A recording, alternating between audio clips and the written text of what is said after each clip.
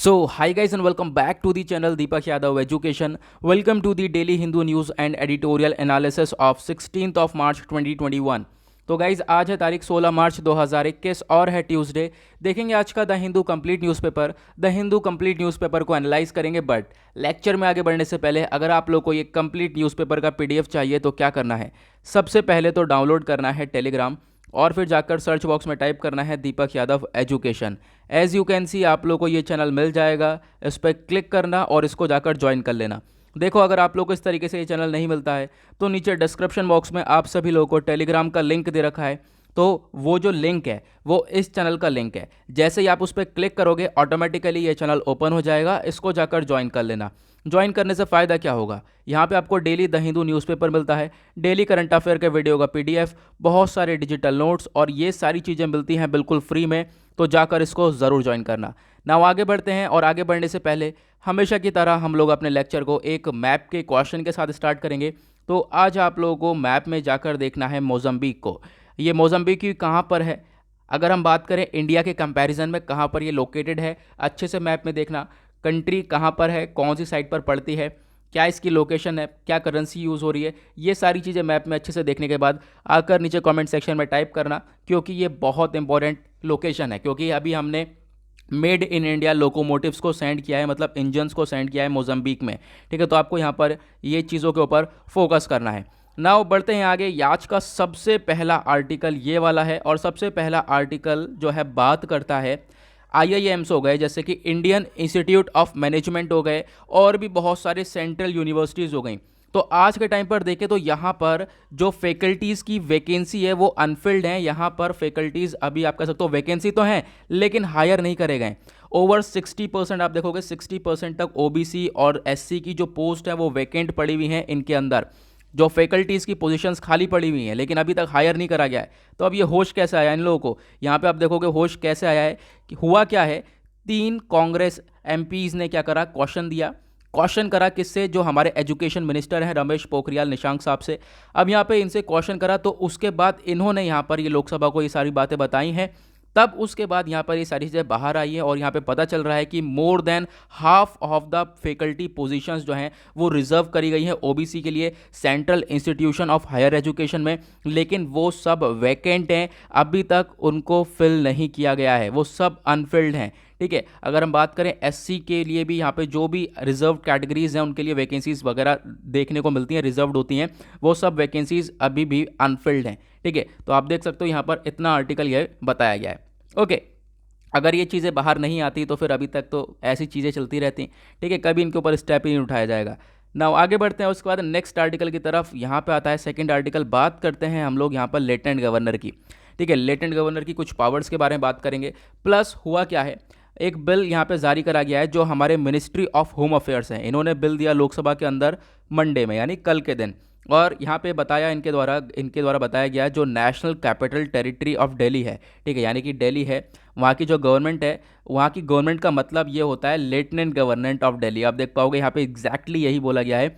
और lieutenant governor Delhi की आज के टाइम पर कौन है, वो हैं अनिल बाईजाल। ठीक है, तो अगर हम यहाँ पे बात करें जो ये बिल है, बिल के साथ इन्होंने बताया इनको डिस्क्रिशनरी पावर यानी कि जो लेफ्टिनेंट गवर्नर है उसके पास डिस्क्रिशनरी पावर्स हैं, यानी कुछ कंपलसरी पावर्स हैं। ठीक है, अभी क्या होता है दिल्ली के अंदर जो लॉज वगैरह कानून वगैरह बनाए जाते हैं लेजिस्लेटिव असेंबली बनाती है, तो यहाँ पे बोला जा रहा है डिस्क्रिशनरी पावर्स इनको दिए गए हैं ताकि इनका भी एक बहुत बड़ा ओपिनियन रहे, ये भी चीज़ों को इंश्योर कर सकें। तो आप देख पाओगे यह भी बोला गया है कि आप सबसे बड़ी चीज़ ये देखो, जो लेजिस्लेशन है, जो लॉज वगैरह बनाएंगे, इनको इंश्योर करना है कि जो लेफ्टिनेंट गवर्नर है उनका भी आप कह सकते हो इनकी काफ़ी इंपॉर्टेंस रहेगा। इनका भी जो लेफ्टिनेंट गवर्नर है इनका ओपिनियन भी काफ़ी ज़्यादा इंपॉर्टेंट रहने वाला है। क्योंकि होगा क्या, जो काउंसिल ऑफ मिनिस्टर है या फिर जो दिल्ली का कैबिनेट है, ये सब चीज़ें जब ये लोग चीज़ों को इंप्लीमेंट करेंगे तो उसके पहले यहाँ पर डिसीजन जो लेफ्टिनेंट गवर्नर है इनका भी डिसीजन होना काफ़ी ज़्यादा इंपॉर्टेंट हो जाता है, इनका भी एक ओपिनियन आना इंपॉर्टेंट हो जाता है। तो ये सारी लेफ्टिनेंट गवर्नर्स को पावर हैं, तो आप देख सकते हो। उसके बाद आते हैं सबसे इंपॉर्टेंट चीज़ की तरफ। अच्छा, दिल्ली एक यूनियन टेरिटरी सभी को मालूम है, कब बनाई गई थी, 1991 में इसको यूनियन टेरिटरी का करार दिया गया था। और किसके अंदर, आर्टिकल 239 AA के अंडर जो है इसको यूनियन टेरिटरी बनाया गया था। अब ये जो आर्टिकल 239 ए है, इसको संविधान के अंदर डाला गया एक अमेंडमेंट करके। अमेंडमेंट कौन सा था? वो 69th अमेंडमेंट एक्ट था 1991 का। तब यहाँ पर हमने ये सारी चीज़ें क्लियर की हैं। उसके बाद यहाँ पर इस एक्ट के साथ ही साथ जो लेजिस्लेटिव असेंबली है उसको पावर दिया कि हम लोग, ये जो लेजिस्लेटिव असेंबली है ये कानून बना सकती है वहाँ पर, लेकिन सारे मैटर्स पे बनाएगी, प्लस पब्लिक ऑर्डर, पुलिस और लैंड को छोड़कर बाकी सारे मैटर्स पर जो है ये अपने एग्जैक्ट लॉज वगैरह बना सकती है। नाउ अब यहाँ पे क्या सिस्टम है कि जो लेफ्टिनेंट गवर्नर है उनके पास भी काफ़ी हद तक पावर आ जाती हैं। ठीक है, तो ये था आर्टिकल। उसके बाद आते हैं नेक्स्ट आर्टिकल की तरफ। यहाँ पे आज का थर्ड आर्टिकल बात करता है laxity in covid protocols is fuelling cases. आज के टाइम पर क्या है लैक्सिटी? मतलब कि आप कह सकते हो कि लापरवाही जो दिखाई जा रही है उसकी वजह से आज के टाइम पर जो आप कह सकते हो केसेस वगैरह हैं वो डेली बेसिस पे लगातार बहुत ज़्यादा बढ़ रहे हैं, और ये जो है अब चिंता की बात होती जा रही है। ठीक है, क्योंकि डेली बेसिस पे जो है केसेस इंक्रीज होते हुए जा रहे हैं। तो आप देख पाओगे यहाँ पे जो हमारे यूनियन हेल्थ मिनिस्टर हैं डॉक्टर हर्षवर्धन साहब, इनके द्वारा बोला गया जो आज के टाइम पर हम लोग ये आप कह सकते हो नेग्लिजेंस दिखा रहे हैं ना, लापरवाही तो बहुत ज़्यादा हो रही है इन चीज़ों को लेकर, तो यहाँ पर केसेस तेज़ी से निकलते हुए भी आ रहे हैं। और आप देख पाओगे जो फ्रेश केसेस हैं उसकी संख्या है 26,291। ठीक है, 26,291 फ्रेश केसेस हैं। और उसके बाद अगर हम बात करें कौन कौन से एरियाज़ हैं, कौन कौन से राज्य हैं, तो आप देख पाओगे वही जैसे एज यूजुअल जो कि हम डिस्कस कर रहे हैं काफ़ी दिनों से, केरला, महाराष्ट्र, तमिलनाडु, पंजाब, मध्य प्रदेश, दिल्ली, गुजरात, कर्नाटका, हरियाणा। तो यहाँ सब पे केसेस काफ़ी तेज़ी से निकल रहे हैं। अगर कोई यहाँ से बिलोंग करता है तो अपना ख्याल रखे, ठीक है, और चीज़ों को इंप्लीमेंट करे। जो भी गाइडलाइंस है जैसे पहले करते हुए आ रहे थे वैसे हम लोग को रूल्स को फॉलो करना चाहिए अभी भी। ठीक है, क्योंकि अभी लापरवाही दिखाई जा रही है, और जो यहाँ पर नहीं है अभी यहाँ पर इन एरियाज़ में जाने से बचे, खासकर तो सबसे बड़ी बात यही रहने वाली है। ठीक है, तो यहाँ पर बेसिकली एक चिंता वाली बात होती जा रही है कि केसेस जो है डेली बेसिस पे निकलते जा रहे हैं। चलो आगे बढ़ते हैं। नाउ आते हैं पेज नंबर 8 पर, देखेंगे क्या क्या आर्टिकल और हैं। तो अभी आप लोग कहोगे डायरेक्ट पेज नंबर 8 पर, तो बीच में इंपॉर्टेंट आर्टिकल्स नहीं है, बट जो एडिटोरियल का पेज है उसको हम लोग सबसे लास्ट में डिस्कस करेंगे, और वीडियो में बने रहना क्योंकि आज मैं आपको एडिटोरियल में एक मेंस से रिलेटेड क्वेश्चन भी देने वाला हूँ। ठीक है, और प्लस ये भी बताने वाला हूँ मेंस में आप लोग किस तरीके से क्वेश्चन को टैकल कर सकते हो, प्लस मेंस के एग्जाम को आप मतलब बहुत ईजी लगने वाला है। आज मैं ऐसी चीज़ें बताऊँगा। ठीक है, आप कहोगे कि हाँ यार ये तो बहुत आसान है कि वहाँ पे जाकर कैसे लिखें, हम 20 क्वेश्चन करने हैं, हम लोग को 200-250 शब्द लिख के आने हैं, कैसे लिखने हैं, ठीक है, कैसे लिख पाएंगे और कैसे करते हैं टॉपर्स वगैरह। तो मैं आपको ये चीज़ें भी आज बताने वाला हूँ, तो आगे बने रहना। तो आगे यहाँ पे बात करता है सबसे पहले तो, और यहाँ पे वही आर्टिकल्स वापस से रिपीटेडली बताए गए हैं जो कि हमने पेज नंबर 1 के ऊपर डिस्कस किए हुए हैं। ठीक है, रिपीटेडली वही आर्टिकल हैं, ईजिली छोड़ सकते हो। उसका आता है एक इंपॉर्टेंट आर्टिकल, यहाँ पे बात करी गई है, देखो बहुत इंपॉर्टेंट आर्टिकल है एनवायरमेंट के पर्सपेक्टिव से। देखो एलिफेंट का अटैक देखने को मिलता है जो ह्यूमन हैबिटेट है वहाँ पर, प्लस अगर एलिफेंट जो है खेतों में घुसकर आते हैं तो फिर जो है इंसान वो लड़ने लगता है हाथियों से। लड़ने के मतलब एक तरीके से भगाने लगता है, फिर एक तरीके से इन दोनों के बीच में कॉन्फ्लिक्ट हो जाता है, या फिर इंसान मर जाता है या फिर जानवर मर जाता है। इस तरह की कॉन्फ्लिक्ट्स देखने को मिलते रहते हैं, बहुत ज़्यादा देखने को मिलते हैं। तो उसको देखते हुए अभी हमने रिसेंटली क्या करा है, पायलट प्रोजेक्ट को लॉन्च किया है। कहाँ पर? कोडागू, साउथ कर्नाटका। ठीक है, अब ये पायलट प्रोजेक्ट लॉन्च किया गया है ताकि जो ह्यूमन और एलिफेंट का कॉन्फ्लिक्ट है, जो इनका विवाद होता है, ये खत्म कर दिया जाए, कम कर दिया जाए। कैसे करेंगे? हम लोग एक फेंस बना देंगे, एक बॉर्डर टाइप की चीज़ बना देंगे, वॉलिंग वगैरह जैसे वॉल वगैरह बनाई जाती है ना, उस तरीके से हम लोग आप कह सकते हो फेंस बना देंगे। ठीक है, फेंस कैसे कहते हैं हम लोग? बॉर्डर को बनाना। तो इस तरीके से यहाँ पर चीज़ें बनाई जाएंगी। और ये जो फेंस है इसको बोला गया है बी फेंस। अब बी कौन होती है? मधुमक्खी होती है। जी हाँ बिल्कुल, ये बी फेंस है। इन बॉक्स के अंदर मधुमक्खियाँ देखने को मिलेंगी। ठीक है, तो आप देख पाओगे जो बी बॉक्सेस हैं इनको इंस्टॉल कर दिया गया है एलिफेंट के पार्ट्स के ऊपर। ठीक है, जहाँ पर भी आप देख पाओगे जो भी एरियाज़ होंगे वहाँ पर क्या होगा, इन बी बॉक्स को लगा दिया जाएगा। अब यहाँ पे जब एलिफेंट होगा यहाँ पे पास में आएगा तो आप इस पर देख पाओगे ना, एक हल्का सा वायर भी लगा हुआ है। तो एलिफेंट जैसे ही आएगा तो वायर जो है यहाँ पे टच होगा, टग होगा वायर जैसे ही, तो क्या होगा, यहाँ पे जो बीज होंगी सब स्वाम करेंगी बहुत तेज़ी से। तो इससे क्या होगा, जो एलिफेंट को जो सुनाई पड़ेगी तो एलिफेंट जो है यहाँ से वापस आ जाएगा। तो ये एक तरीके से काफ़ी बेहतरीन चीज़ लेकर आई गई है। तो आई होप आप लोगों को ये क्लियर हुआ होगा। तो आप लोग देख पाओगे ये चीज़ लाया गया है सदर्न कर्नाटका रीजन के में, और बोला गया है कि इससे जो है ह्यूमन और एलिफेंट का कॉन्फ्लिक्ट है वो कम हो जाएगा। प्लस ये जो बी बॉक्सेस हैं इनको इंस्टॉल कहाँ पर करा जाएगा, जो फॉरेस्ट हो गए, ठीक है, फॉरेस्ट हो गए या फिर गांव हो गए, इनके कोने के ऊपर यहाँ पे इसको लगाया जाएगा। क्योंकि जंगल से निकल कर आने वाले एलिफेंट, तो यहाँ पर उनके जो फॉरेस्ट वगैरह के पेरीफेरीज हैं जो बिल्कुल किनारे वाली होते हैं, बिल्कुल कोने पे, ये बॉक्सेस लगाए जाएंगे ताकि वो बाहर ना निकल पाएँ, ठीक है, जिससे कि यहाँ पर जो ह्यूमन लैंडस्केप है उसके अंदर एंटर ना कर पाएँ, क्योंकि ह्यूमन लैंडस्केप पर एंटर करेंगे तो फिर ऑब्वियस सी बात है इंसानों के साथ उनका विवाद देखने को मिलेगा ज़रूर, ठीक है। तो यहाँ पर आप लोगों को ये ध्यान रखना है। और यहाँ पे क्या होगा ये मैंने अभी आप लोगों को बता दिया। क्या होगा, जो बी फेंसेस बनाए गए हैं, अगर एलिफेंट आगे आता है तो जो तार लगा हुआ है, इस पर वायर लगा हुआ है, उससे टग होगा, वो वायर वाउंड होगा, फिर उसके बाद जो वहाँ पर बी वगैरह हैं वो स्वाम करेंगी, सब इकट्ठा साथ हो जाएंगी। तो फिर उससे क्या होगा, अब ये मत सोचना कि हाँ बी की वजह से नुकसान पहुंचेगा एलिफेंट को, नहीं, वो स्वाम करेंगी अंदर, तो उससे क्या होगा, एलिफेंट को एक आप कह सकते हो अवेयरनेस फैलेगा और उसके बाद एलिफेंट वहाँ से पीछे हट जाएगा, ठीक है। अब यहाँ पर एक चीज़ और याद रखनी है कि कहाँ कहाँ पर लगाया गया है, हम लोगों ने देख लिया कौन कौन से रीजन पे, कोडागू डिस्ट्रिक्ट वगैरह पे ये लगाया गया है। अब ये भी बोला जा रहा है जो ये स्पॉट्स हैं ये कहाँ पे लोकेटेड हैं, ये periphery of the Nagarhole national park and tiger reserve पर लोकेटेड है, ठीक है। यानी कि बेसिकली जो ये नागर होल नेशनल पार्क है तो इसके आसपास इनको लगाया गया है, ठीक है, ताकि जो एलिफेंट्स है वो यहाँ से आउट ना हो पाएँ। अब यहाँ पे बहुत इंपॉर्टेंट है ये नेशनल पार्क, बहुत ज़्यादा इंपॉर्टेंट है, पहले भी न्यूज़ में है, क्वेश्चन भी बना है, तो अभी अगेन आप लोगों को नेशनल पार्क्स वगैरह जो भी आते हैं उसके बारे में पढ़ते रहना है। नागर होल नेशनल पार्क और टाइगर रिजर्व क्या है, चलो इसके बारे में हम लोग पढ़ते हैं। तो यहाँ पे आप लोग देख पाओगे जो ये नागर होल नेशनल पार्क है इसको हम लोग राजीव गांधी नेशनल पार्क भी बोलते हैं।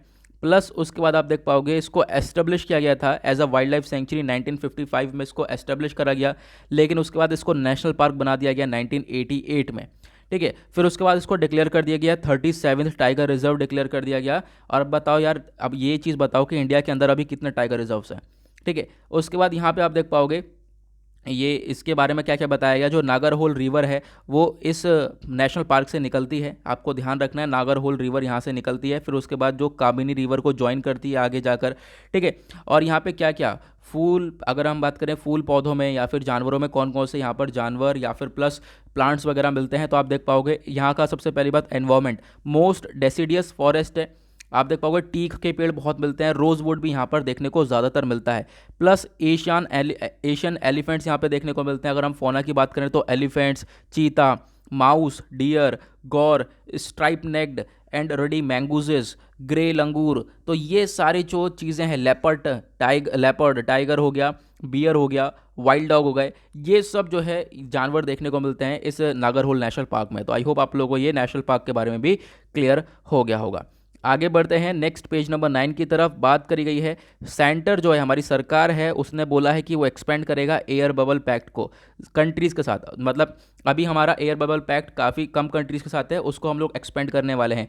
अब ये एयर बबल पैक्ट क्या है तो इसके बारे में जान लेते हैं। सबसे पहले तो देख लो ये जो एयर बबल स्कीम है इसके अंदर जो क्या होगा, कमर्शियल एयरलाइंस है, जो हमारी फ्लाइट्स वगैरह हैं वो हम कंट्रीज़ के साथ अलाउ कर रहे हैं कि ट्रैवल करेंगे वहाँ से, ठीक है। इंडिया से जो है वो जाएगी फ्लाइट, इंडिया से आएगी, ठीक है, इंडिया में आएगी, तो यहाँ पर ट्रैवल करा जाएगा इस फ्लाइट्स के थ्रू। मतलब कि अभी कोविड-19 की वजह से सारी फ्लाइट्स वगैरह रोक दी गई थी ना, तो उसकी वजह से यहाँ पर हम लोग वापस से हमने ये एयर बबल पैक्ट किया है बहुत सारी कंट्रीज़ के साथ। तो आप देख पाओगे जो ये एयर बबल है ये अरेंजमेंट करा गया है बहुत सारी कंट्रीज़ के साथ। अगर हम बात करें प्रायोरिटी किसको दी गई है, सबसे पहले हम लोग बात करें सऊदी अरेबिया की, कुवैत की और जापान, चाइना, सिंगापुर, इन सब की हम लोग बात कर रहे हैं। यहाँ पर एयर बबल पैक्ट को ज़्यादा प्रायोरिटी देनी पड़ेगी, ठीक है। मतलब कि एक तरीके से हम लोग जो एयरलाइंस वगैरह हैं वो कंटिन्यू करें, ठीक है। तो इसके बारे में यहाँ पर बात करी गई है ना। उसके बाद आता है नेक्स्ट आर्टिकल, काफ़ी इंपॉर्टेंट है ये वाला, देखो क्या बोला गया है यहाँ पर। ये हैं हमारे minister of state for finance, इनका नाम है अनुराग ठाकुर, ठीक है। अब इनके द्वारा ये बात रखी गई है कि जो सरकार है आज के टाइम पर, सरकार को क्या करना चाहिए, जो भी आप कह सकते हो पेट्रोल के आपको मालूम ही है कि पेट्रोल के प्राइसेस कितने तेज़ी से बढ़ रहे हैं, तो पेट्रोल पे इनके ये बोल रहे हैं कि पेट्रोल को क्या करना चाहिए, उस पर जो टैक्स एक्साइज ड्यूटी वगैरह लगाई जा रही है उसको कम कर देना चाहिए, जिससे कि पेट्रोल सस्ता हो जाए। या फिर इनके द्वारा ये भी बोला गया है, आप देख पाओगे इनके द्वारा ये बोला गया जो पेट्रोलियम प्रोडक्ट्स हैं उन सबको क्या करना चाहिए, जीएसटी के अंडर ले आना चाहिए। क्योंकि देखो जीएसटी के अंडर अभी पेट्रोल नहीं है, आप लोगों को मालूम होगा पेट्रोल वगैरह जीएसटी के अंदर नहीं है।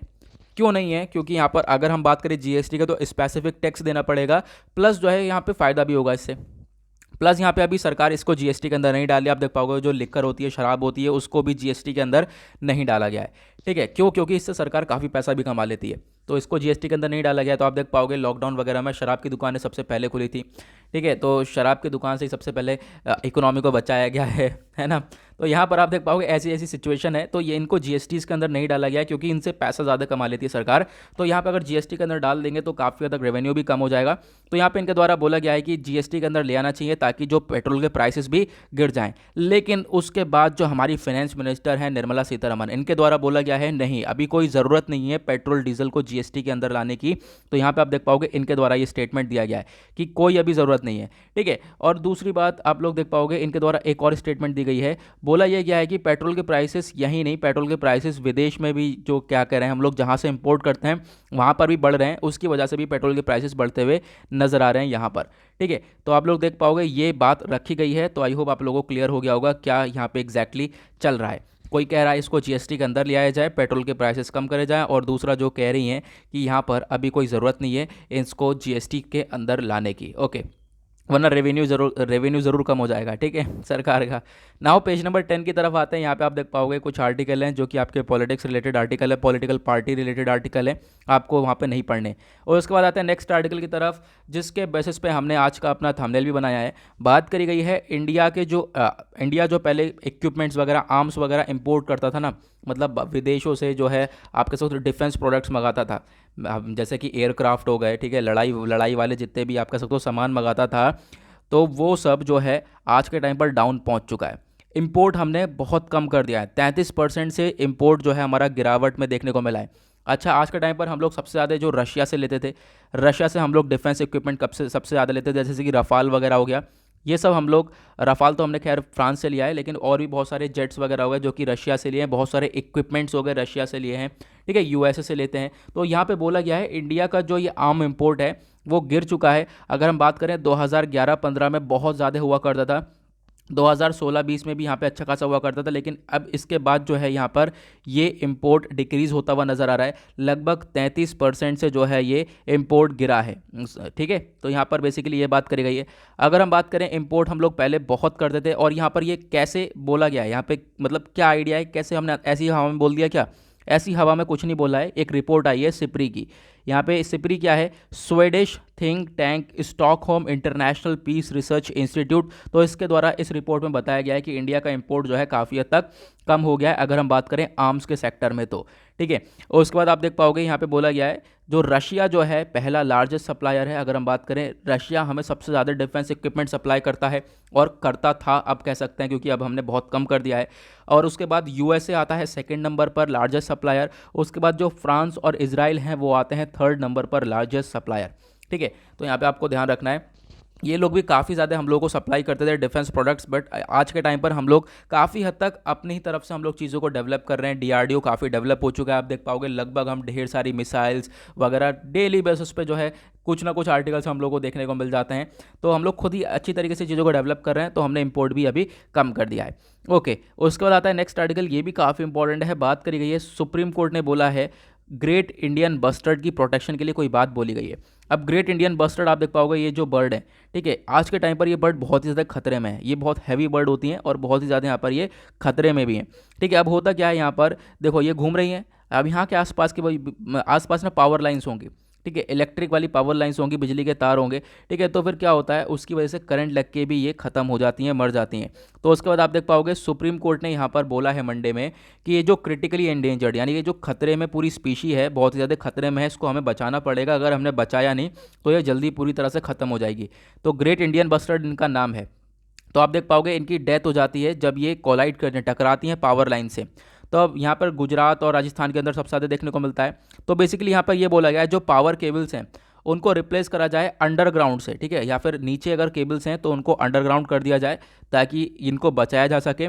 प्लस अगर यहाँ पे पावर केबल्स ऊपर की साइड लगे पड़े हैं, ठीक है, यहाँ पे अगर आप देख पाओगे बिजली के तार होते हैं ऊपर की साइड, ठीक है, हवा में भी खंभों में बांध दिए जाते हैं ना, पिलर्स में बांध दिए जाते हैं। तो अगर हम बात करें तो ये तार, इन पे कैसे प्रोटेक्शन दे सकते हैं हम लोग, इन पे हम लोग प्रोटेक्शन दे सकते हैं इनको डाइवर्टर लगा के।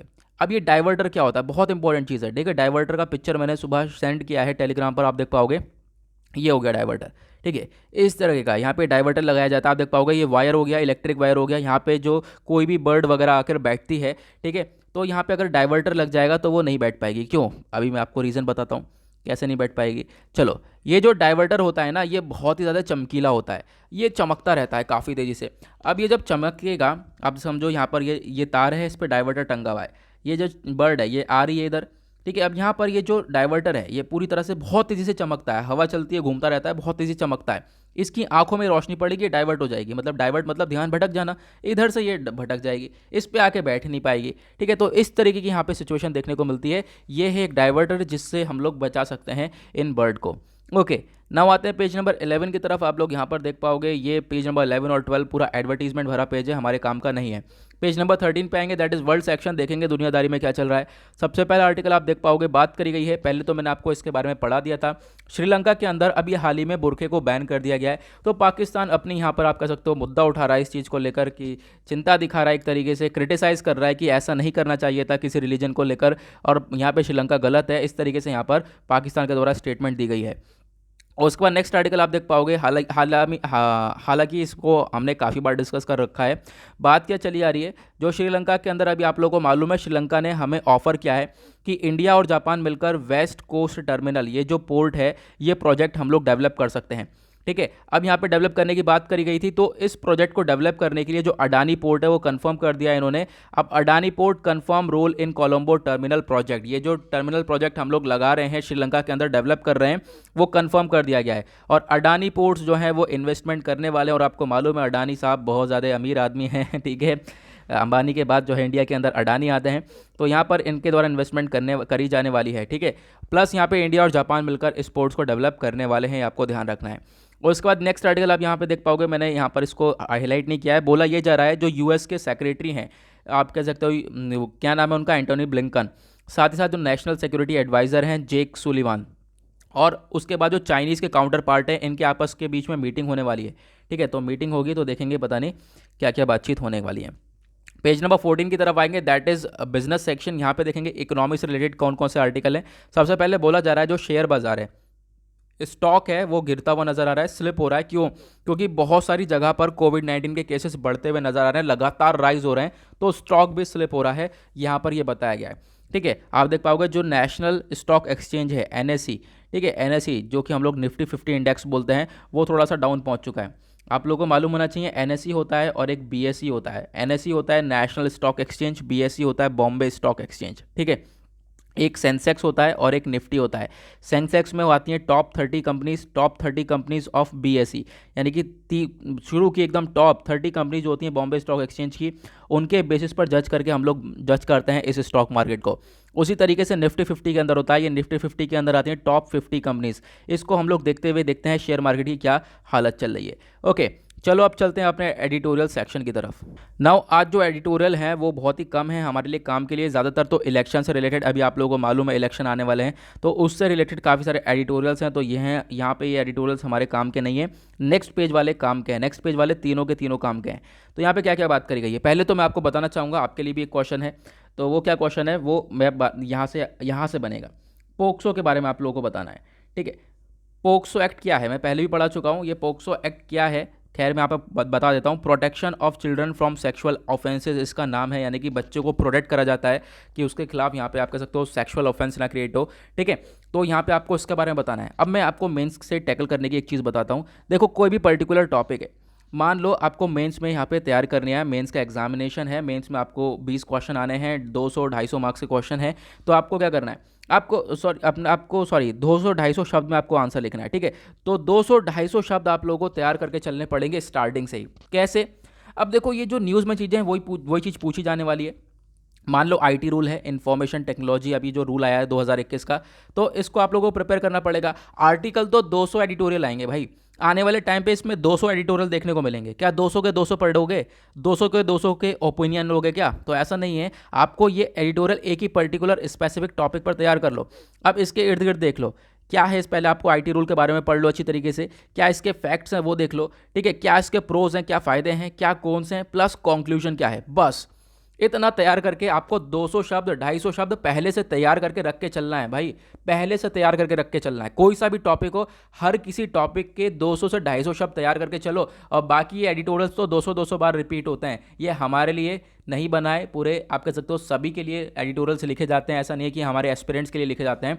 तो आपको पर्टिकुलर टॉपिक्स जो भी है न्यूज़ के अंदर उसे चूज़ करो, मतलब चूज़ क्या करना, आपको लिखना ही है। तो रजिस्टर बनाओ, जो भी आपके नोट्स हैं वहाँ पर टॉपिक लिखो, उसका फैक्ट लिखो, प्लस क्या है डेफिनेशन, प्लस न्यूज़ के अंदर क्यों है, प्लस उसके बाद आप लोगों को ये जानना है उसके प्रोज क्या है, कॉन्स क्या है, सिग्निफिकेंस क्या है, फीचर्स क्या है। अगर ये सारी चीज़ें भी हैं, ठीक है, तो आप लोगों को बस खाली इतनी चीज़ मालूम है ना, तो हो गया काम। आपको आंसर क्वेश्चन देखना है, हाँ भाई आईटी रूल के बारे में पूछा है, ये न्यूज़ के अंदर ये है, इस वजह से आप भाई लिखना चालू कर दो। पहले तो आईटी रूल क्या है, ठीक है, उसके बाद आप स्ट्रक्चर भी अच्छा बना पाओगे, आपको प्रोज भी मालूम है, कॉन्स भी मालूम है, प्लस आपको स्ट्रक्चर भी मालूम है, इंट्रोडक्शन भी मालूम है, तो आप अच्छी तरीके से लिख पाओगे। तो ये होता है, हर एक टॉपिक का होता है। जैसे ये आईटी रूल हो गया, प्लस कोई सा भी टॉपिक हो, क्वाड हो गया, क्वाड के अंदर अभी क्या हुआ है, क्वाड के अंदर 5-6 बातें करी गई हैं, अब वो 5-6 बातें बदल जाएंगी क्या, ये लगभग ये आर्टिकल फिर से आ गया, 3 दिन से आ रहा है, आने वाले टाइम पे फिर से आता रहेगा, और आने वाले टाइम पे आप देखोगे लगभग आता ही रहेगा डेली बेसिस पे।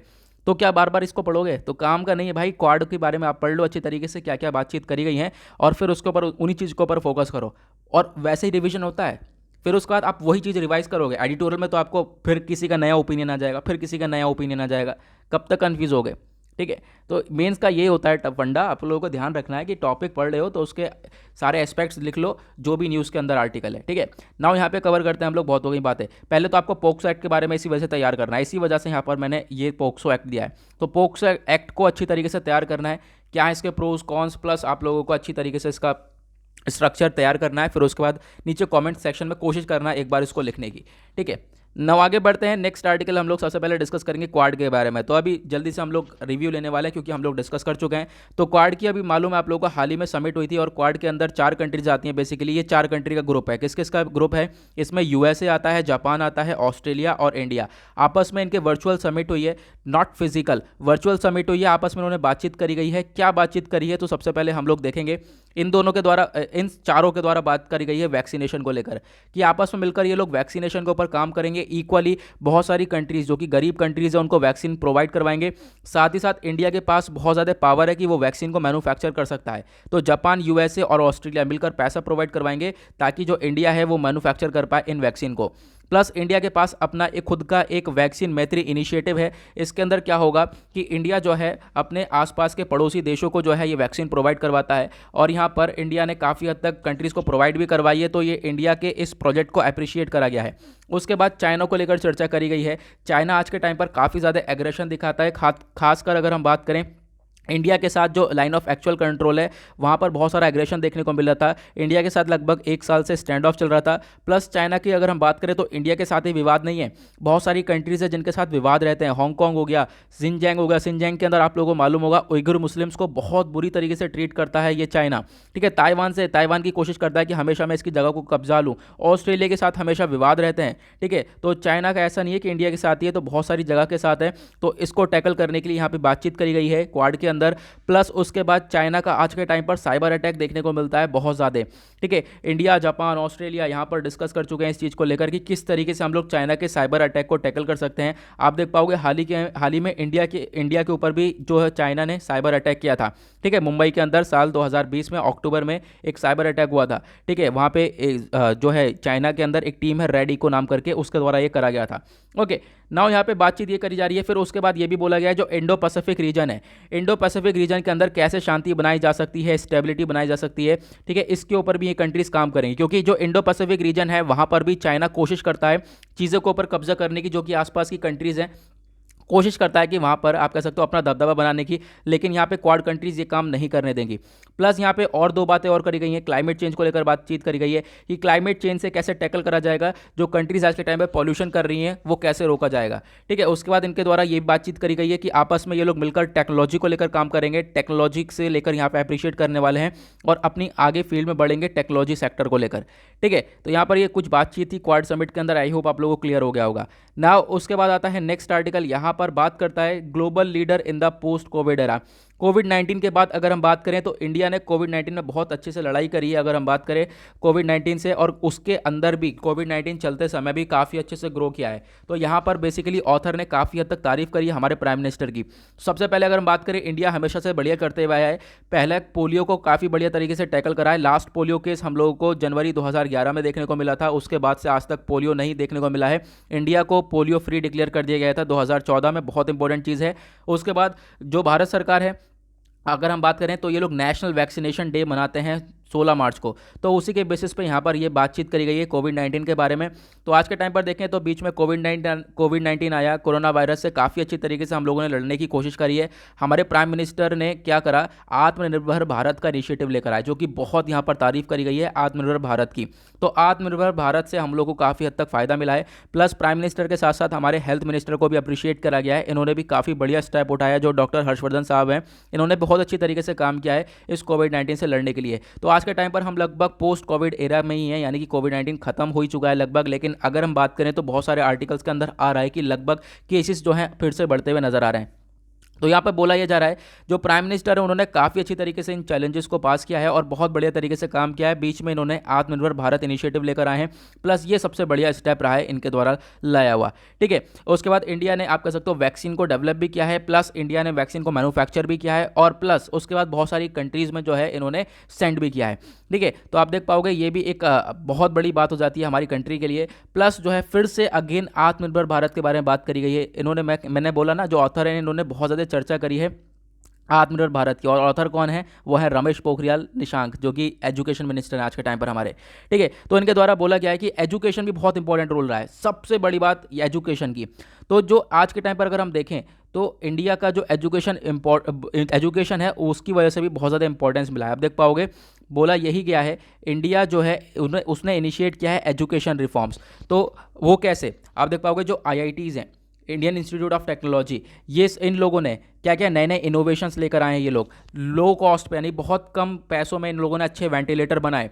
कोविड-19 के टाइम पर, आप जब लिए कोरोना वायरस चल ही रहा था, तो कम पैसों में अच्छे वेंटिलेटर्स बनाए गए इनके द्वारा, ठीक है। कोविड-19 टेस्ट किट्स बनाई गई हैं, ड्रोन्स बनाए गए ताकि सभी जगह पर सैनिटाइजेशन किया जा सके, सस्ते सस्ते PPE किट्स बनाए गए हैं, ठीक है, मास्क बनाए गए हैं इन लोगों के द्वारा। तो एजुकेशन कहीं ना कहीं वर्क किया है इन IIT सेक्टर में, तो इन्होंने बहुत अच्छी तरीके से काम किया है। तो बेसिकली इनके द्वारा ये बोलना है कि एजुकेशन का भी एक बहुत बड़ा रोल रहा है। उसके बाद यहाँ पे बात करी गई रिसर्च एंड इनोवेशन की। नाउ इन सब चीज़ों को हमने देखते हुए अब हमने डिसाइड किया है कि अभी आप लोगों को मालूम है साल 2020 में नेशनल एजुकेशन पॉलिसी 2020 लाया गया था, और इसके अंदर यहाँ पर सरकार ने ये भी बोल दिया है कि अब क्या होगा, इसके अंदर लोगों के जो भी बच्चे होंगे उनको रिसर्चेस वगैरह सिखाई जाएंगी, नए नए इनोवेशन करना सिखाया जाएगा, ठीक है। जो हायर एजुकेशन के बच्चे होंगे उन लोगों को फोकस करा जाएगा कि वो लोग रिसर्चेस के ऊपर, नए नए आविष्कार के ऊपर फोकस करें, जो कि काफ़ी इंपॉर्टेंट होने वाला है आने वाले टाइम पे हमारी कंट्री के लिए। प्लस हम लोग, अभी आप लोगों को मालूम है, अभी हाल ही में बजट भी आया है, बजट के अंदर ये भी बताया गया है 50,000 रुपये अलग से दे दिए गए हैं, किसके लिए, रिसर्चेस के लिए, ठीक है। नई नई रिसर्चेस करी जाएंगी, तो 50,000 करोड़, ठीक है, 50,000 करोड़ रुपए दे दिए गए हैं आने वाले 5 साल के लिए, कि नई नई रिसर्चेस होंगी, नए नए आविष्कार होंगे, जिससे कि आने वाले टाइम पे हम लोग को और भी हेल्प मिल सकती है। तो आई होप आप लोगों को यहाँ पे ये सारी चीज़ें क्लियर हो गई होंगी और मज़ा भी आया होगा। तो वीडियो पसंद आई हो तो लाइक ज़रूर करना। मिलेंगे आप लोगों से नेक्स्ट वीडियो में। आज के लिए bye bye, have a nice day.